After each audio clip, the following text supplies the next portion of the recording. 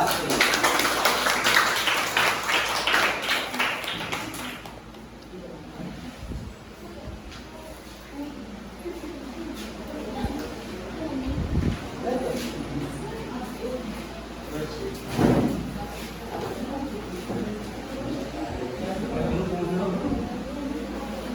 good afternoon to each and everyone. By the way, my name is Karen and I am here in front of you to discuss social literacy. But before that, I have one question. Have you experienced being neglected? Yan lang. Namot, di ba?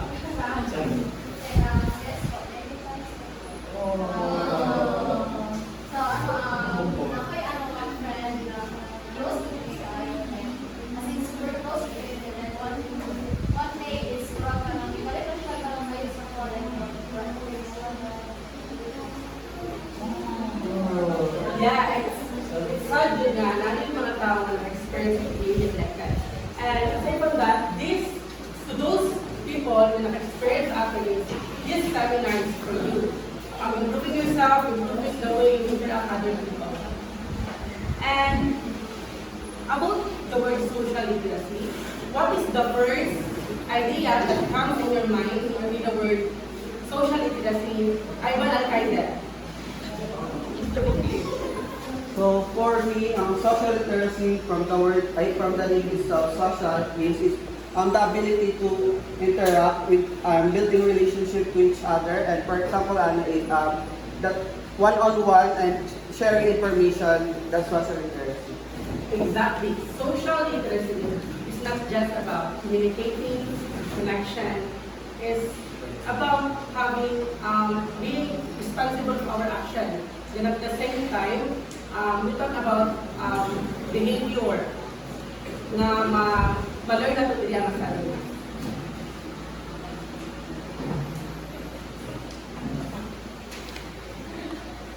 Social literacy. In a school setting, school is a social institution that fosters personal, informal, and structured learning. Teacher facilitates learning, teach students, and model acceptable behavior.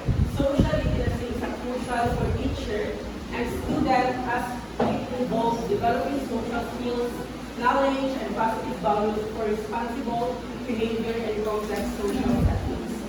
We all know that school is one of the most places where we can gain knowledge, and aside from that, interacting with diverse personality people.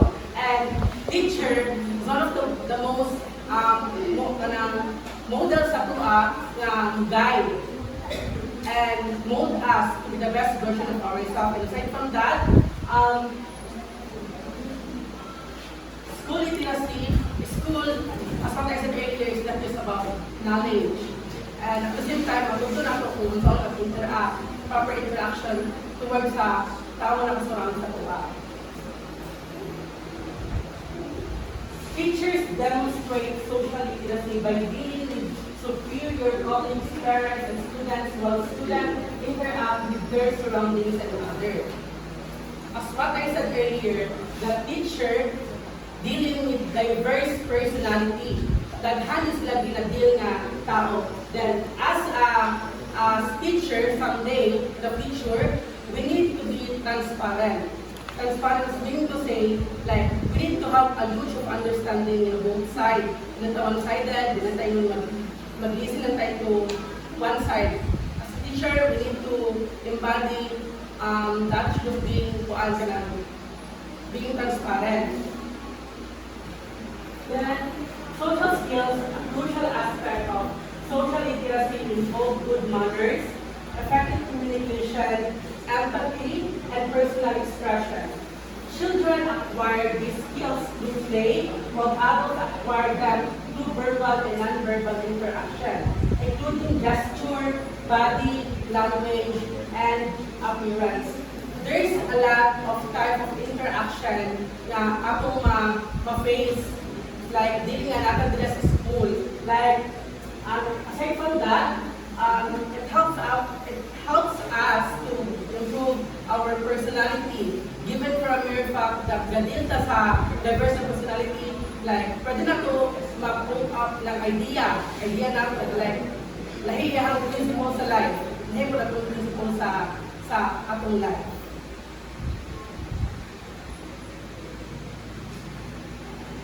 Social skills are crucial in school as they help build and maintain relationship between student, teacher, and others. They can be developed by gaining idea, perspective, and techniques from diverse individuals providing their own viewpoints of benefits to others, working together towards a common goal, providing mutual support, expanding network for learning and opportunities, receiving feedback and referral from trusted individuals to creating a healthy and productive learning environment. At the same time, as an individual living in this world, if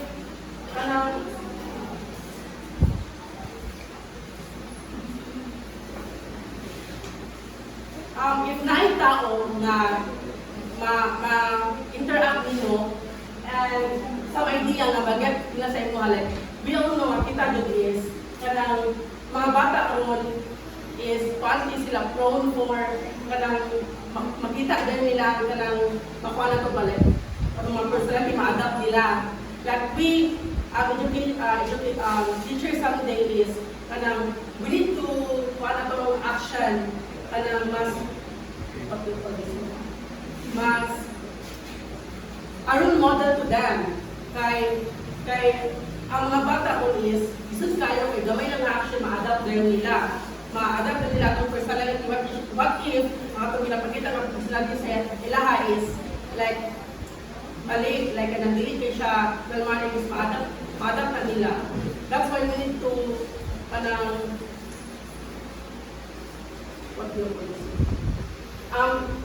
mas i-role model na kong sarili. Inspire them.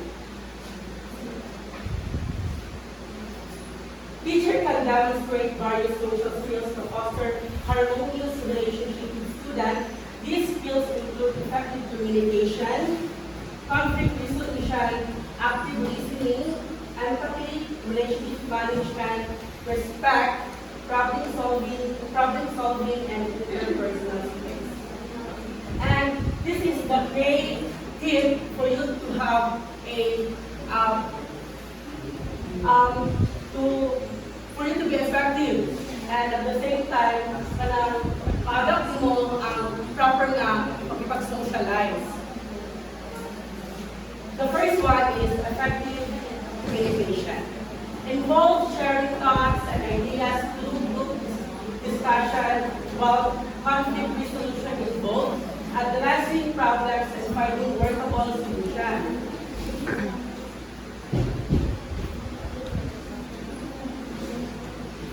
Yeah, the first one is effective communication.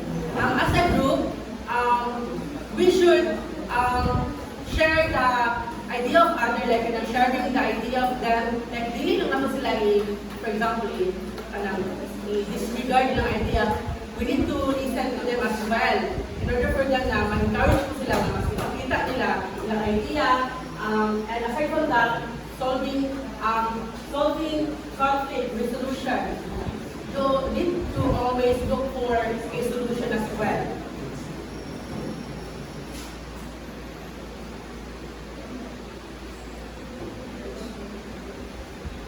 And the second one is active listening.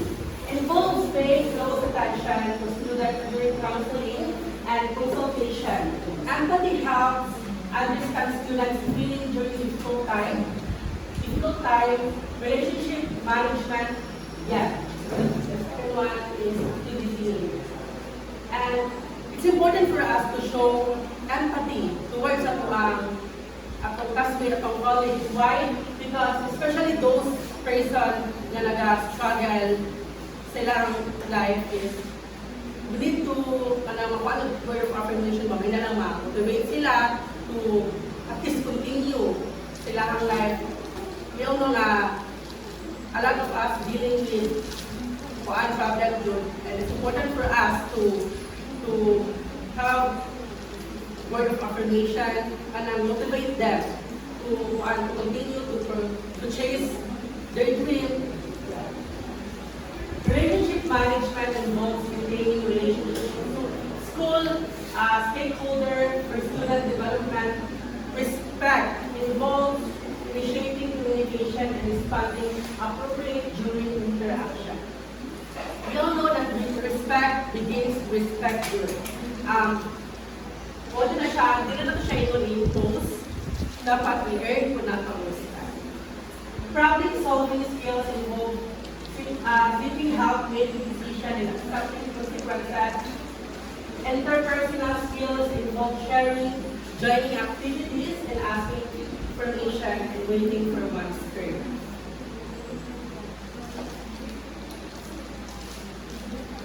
Improving social skills involve fostering desirable attitude, eliminating undesirable ones through modeling, role-playing, and performance.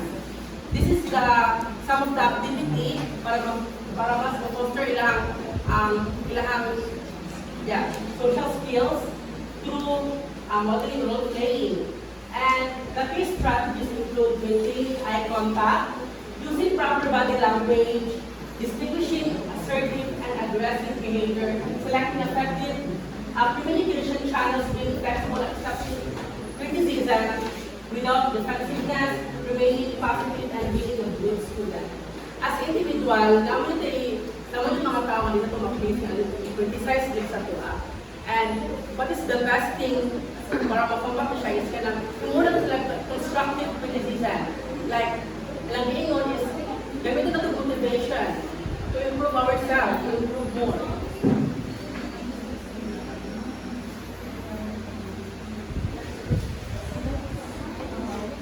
To improve social skills, be a social person, start small, ask open-ended question. Kung sa mga examples sa open-ended question. Pagay daw example. Pupunta na siya. Wala.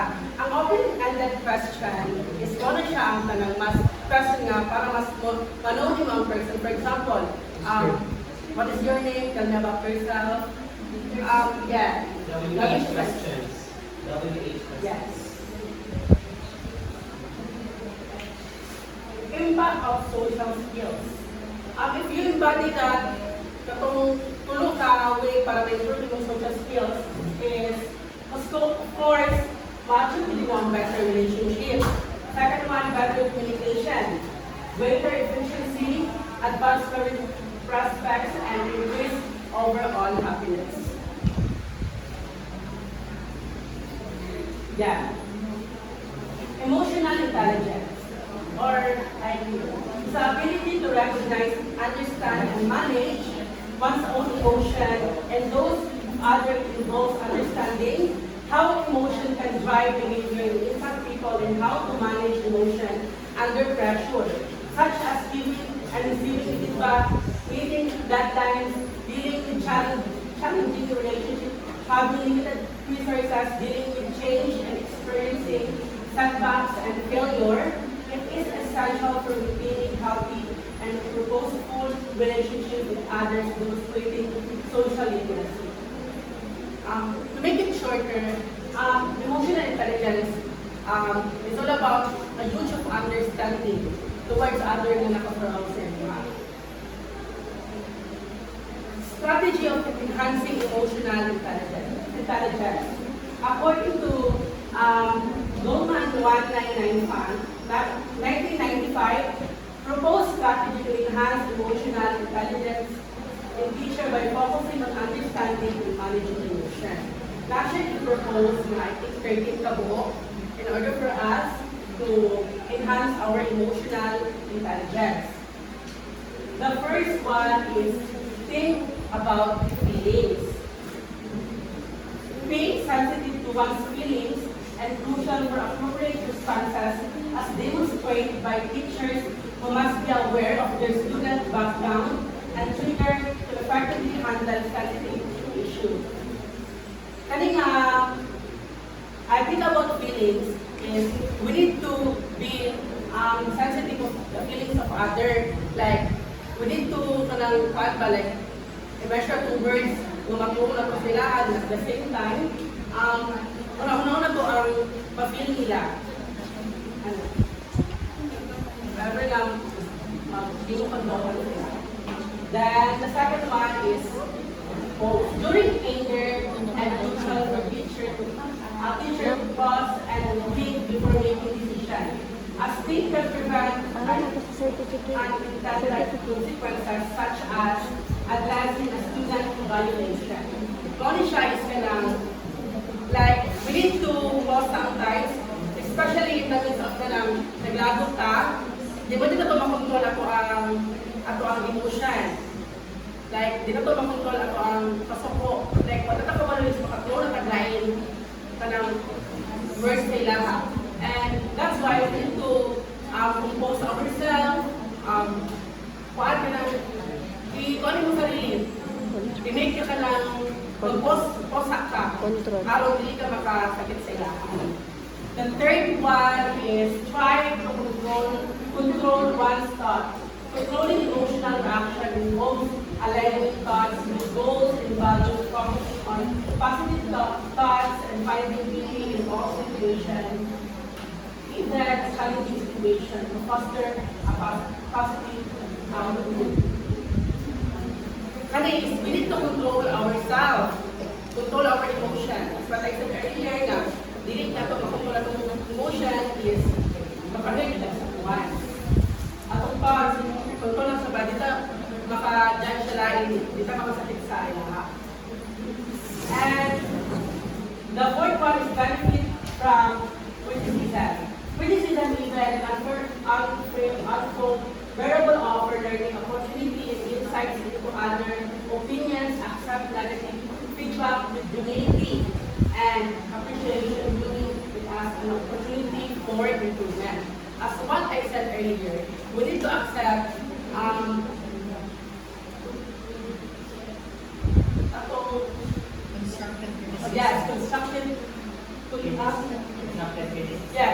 constructive criticism precisely kay muna siya ang way in order for us to improve ourselves, that we want to show us inspiration to improve more, to enhance ourselves more, and to be better person.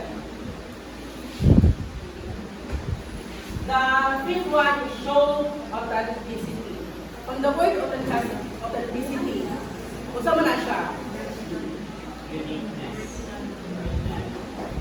Yes. And one other is pagiging tunay, just being true to yourself. Teachers should express their views with respect and sincerity, upholding their values and principles, especially in confrontation with parents to avoid heated arguments and potential conflicts. Yeah, as a teacher someday, we should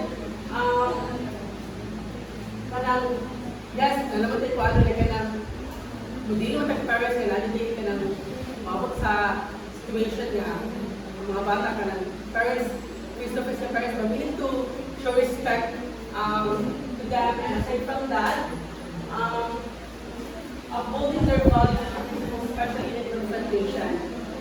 We need to be professional. Professional sa lang ng teacher man task, then you need to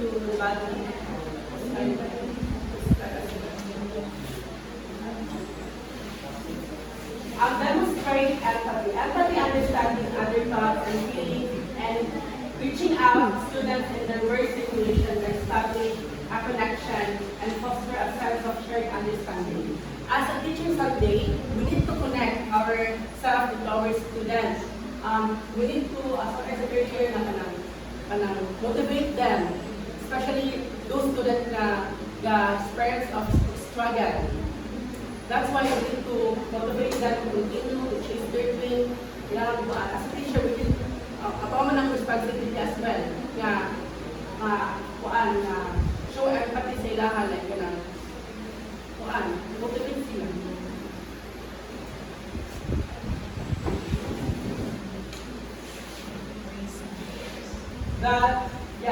Praise other. Praise other. Acknowledging and appreciating appreciating others in a crucial of self-fulfillment and building trust, and teachers should commend students for their commendable very shy is collaborative and compliment. Embrace na to, acknowledge them.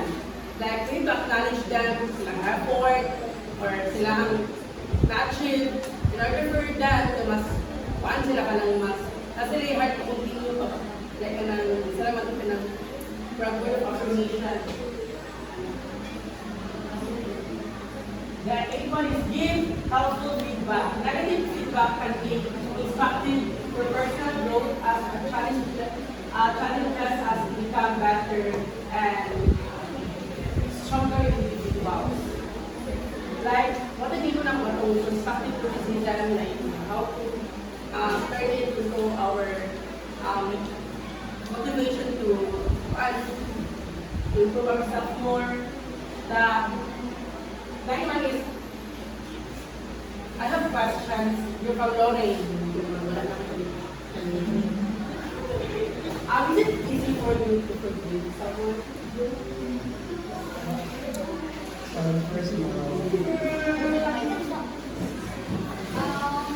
me, it's it depends on the situation, or depends on how the person caused me pain. For example, if that person is caused so much pain to me, I don't think I can forgive that person.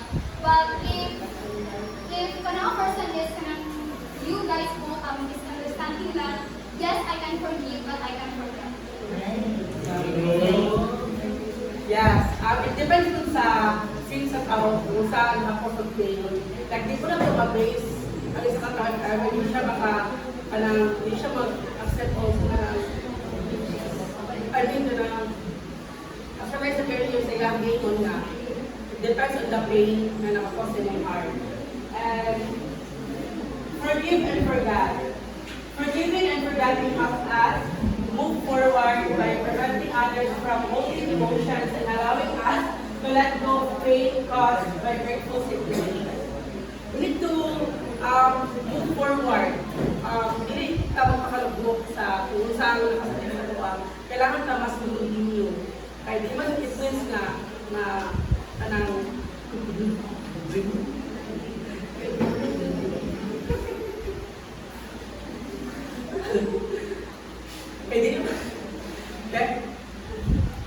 Kaya di naman tanan, is ka ng, naman din box ka, everything happens for a reason. Wala na siya gihatag sa imuha para magpakalugmok ka.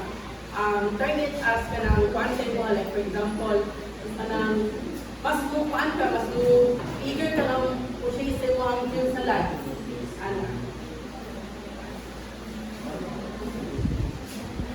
Keep our commitments. Maintaining a trustworthy reputation and crucial for success, especially in school tasks. Commit yourself to tasks and size every opportunity as they may never come back. Like, sa tuwang life is, we need to, ang motto kay we only live once. Like, so live your life the way you want life. Kanang chances ni mo balik, for example na, kanang opportunity, mag-commit ka, like, you need to do your best. And helping others positively build trust and inspire them to follow as seen in the school activities where helping others accomplish tasks leads to gratitude and interest. Kita is, kung anong kita, known for very matinabangon. Magtawag ko sila ka. Outdone to. And the last one is protect ourselves from emotional sabotage. Being wise in protecting ourselves from emotional manipulation is crucial, such as stopping excessive or wrong control in school action, feelings, and decisions in a subtle and conscious manner. Ang kani is we need to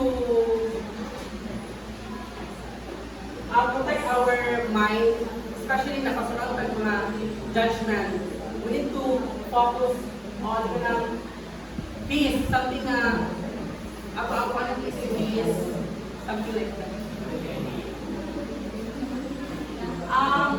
This activity is for enhancing emotional intelligence. Kaya mga activities, mas improve pa nila yung ilang emotional intelligence by doing emotional literacy workshop.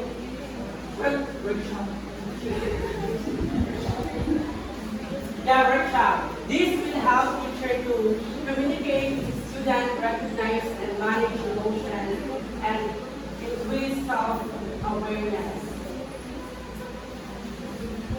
Tagay yung paano kayo, mga example sa emotional literacy workshop.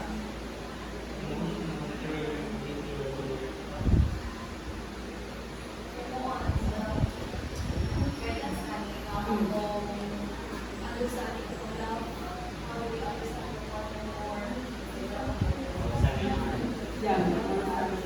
And second one is emotional literacy review. It is a self-directed learning experience that teaches about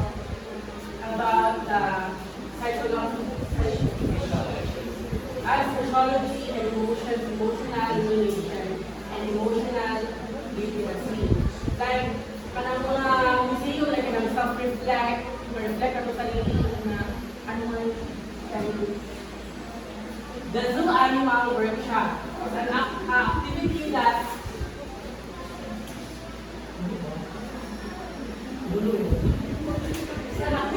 entices to navigate animal behavior and gesture that adds to reflection and group sharing. Ano sila ang mga common workshop na mas may-improve pa ako ang IQ. Then, the second one is face workshop. It's an activity in which partners face each other while showing different facial expression and qualities that ends with reflection. Like pag-face, showing expression, mga anak, and the fifth one is the machine transformer. A group participants are required to create an assigned machine or vehicle, each with essential equally important parts resulting in interaction and reflection. Tower building. Groups will be tasked to build a tower using pop sticks and straws. The goal is to make the tallest and stronger tower of all. We're going to ilang kaning activities ginatest ilang patients sa sila. Then build a house. A group build a strong house using available materials. Then the facilitator destroy it, allowing members to express emotion and draw realization lesson and values of reflection. Kanya ang activity is to test them kung silang patients ba. Test sila silang sarili kung sa build na ako sa kanila. Pag-build sila ng house, ginagawa mo din. Test nila.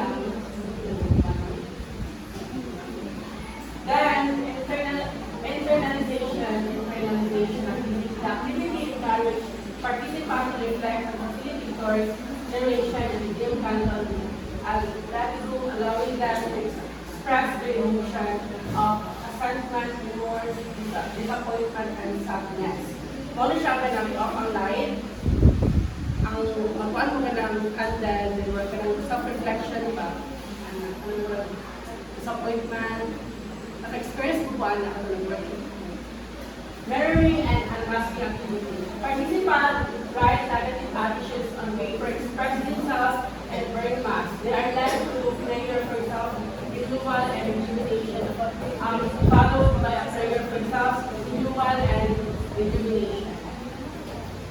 On ang mirroring and unmasking activities, wag mo na siya katong aside ka nila kung pininitin mo matulog, i-face mo sa salamin. Then, istoryahan mo yung mga version, atong old version din mo sarili. Then, like, self-reflection niya po yung way to improve your self-anak.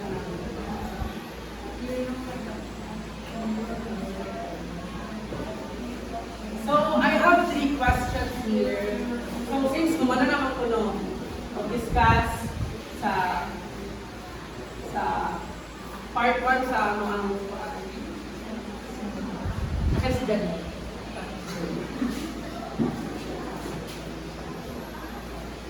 My question is,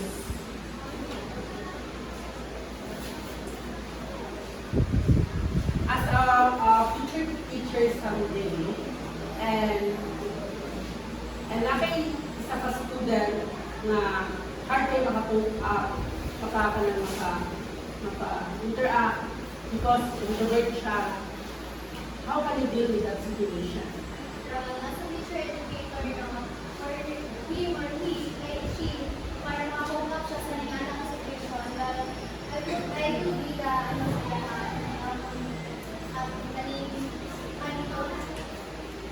role model sa iyo, or makukope na yun, ay para usap ko na ko siya ma-out siya ng situation, na maano niya ilang mag-introvert.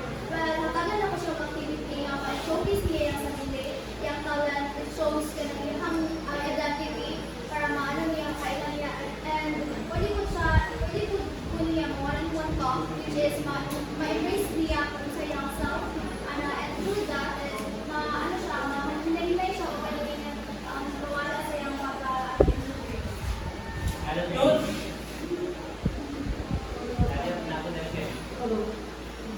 The answer? For me, as a teacher educator, I will not force that student to interact with other people, but I will encourage him or her that staying in one place that the light, she can bring or he can bring the light to others, that it can help them grow more. And also, I will inform him or her maybe that no one is an island, like no matter where we are or no matter where life takes us, we should need to socialize with the world itself. Socialization is really happening no matter where life takes us. Thank you. Alina ta? Okay, balik na si background. Doble. Ay, hello. After that, It's nothing. My question is, para sa iyo, kung saan ang gusto part Ipit lang. socialize? for me, Waiting yung ang maganda ko ay hindi ko sa masarap yung social because maulaw. Man is really mga isa. And for me, ang isip lang yung nagtulog ka na dili basta-basta ka na mag-communicate lang ka na bawat mga Hindi ka diverse pa sa